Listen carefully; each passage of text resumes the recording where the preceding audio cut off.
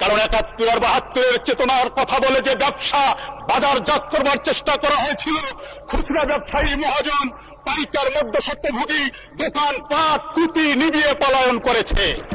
সুতরাং মাননীয় স্পিকার, নতুন প্রজন্মকে পুরানা চেতনা নামক ট্যাবলেট দিয়ে অচেতন করার কোন সুযোগ নাই।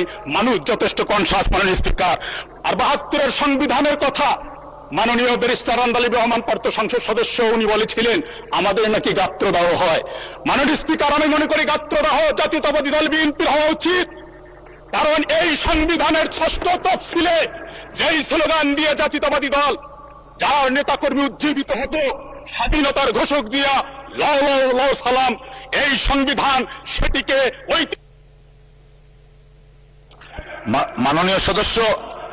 মাননীয় সদস্য ২ মিনিট নরমালি দেয়া হয়, আপনাকে আরো ১ মিনিট দেয়া হলো। লয়ার হিসাবে আপনি খুব সুন্দরভাবে চেয়েছেন টাইমটা, সর্বোচ্চ ৩ মিনিট। ধন্যবাদ।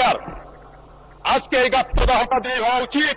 কারণ এই সংবিধানের দোহাই দিয়ে মাননীয় মহাসচিব আছেন, উনি তো তাব্বিক ঢঙ্গে বলেছিলেন বিভিন্ন কর্মসূচিতে, কোন সংবিধান, এটি তো আওয়ামী লীগের নির্বাচনী তফসিল।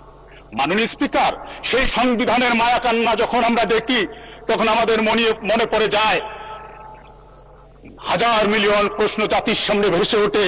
এই সংবিধান নিয়ে কথা বললে কেন ৭১-কে টেনে নিয়ে আসা হয়? এই সংবিধানকে তো হাজারবার ছুঁড়ে ফেলে দেওয়ার কথা বলা হয়েছে। নাম বলে সময় আমি নষ্ট করতে চাচ্ছি না মাননীয় স্পিকার। কারণ ৭১ আর ৭২-এর চেতনার কথা বলে যে ব্যবসা বাজারজাত করবার চেষ্টা করা হয়েছিল, খুচরা ব্যবসায়ী মহাজন পাইকার মধ্যস্বত্বভোগী দোকান পাট কুপি নিবিয়ে পলায়ন করেছে। আবারও যদি সেই চেতনাকে বাজারজাত করা হয়, আমি বিশ্বাস করি আমার প্রজন্ম যথেষ্ট কনসাস। চতুর্থ শ্রেণীর বাচ্চা যখন ক্লাসরুমের ৫০টি ফ্যান, ক্লাসরুমের ৫টি ফ্যান, ক্লাসরুমের বাইরে ৫০টি ফ্যানের থিওরি আমাদের সামনে দেয়, তখন আমরা আশান্বিত হই। এই প্রজন্মই তো আমাদেরকে জুলাই দেখিয়েছে, এই প্রজন্মই আগামীর বাংলাদেশ গড়বে মাননীয় স্পিকার। সুতরাং মাননীয় স্পিকার, নতুন প্রজন্মকে পুরানা চেতনা নামক ট্যাবলেট দিয়ে অচেতন করার কোন সুযোগ নাই। মানুষ যথেষ্ট কনসাস মাননীয় স্পিকার। মাননীয় স্পিকার, ১২ ফেব্রুয়ারি ২টি ভোট হয়েছে, একটি সরকার গঠন আর একটি রাষ্ট্র গঠন। সরকার গঠন জায়েজ হলো, আর রাষ্ট্র গঠন এটি জায়েজ না জায়েজের ফতোয়া আজকে নাজেহাল অবস্থায় আজকে আইসিইউতে।